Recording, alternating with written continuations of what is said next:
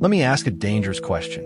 If artificial intelligence can solve equations, run statistics, and optimize systems, do math skills still matter?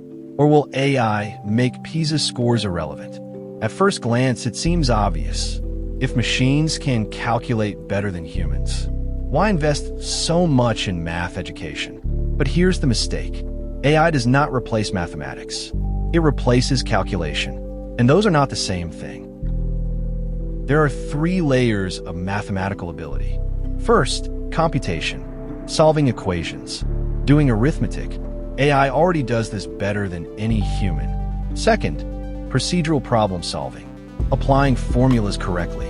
AI assists here, but humans still guide it. Third, and most important, abstract reasoning, understanding systems, building models, knowing what question to ask.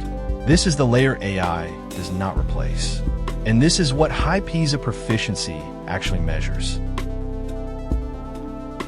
In an AI-driven economy, the premium shifts. The advantage no longer goes to the person who can calculate fastest. It goes to the person who knows what should be calculated, what assumptions are wrong, where the model breaks, i.e. produce sensus. But only humans with strong reasoning can judge whether those answers make sense. Now, think about countries. In the United States, the top mathematical performers are strong. AI becomes a multiplier for innovation. In Germany, strong technical reasoning supports industrial optimization, i.e. strengthens productivity. In countries with weaker foundational skills, AI risks becoming a black box, used but not understood, consumed but not created.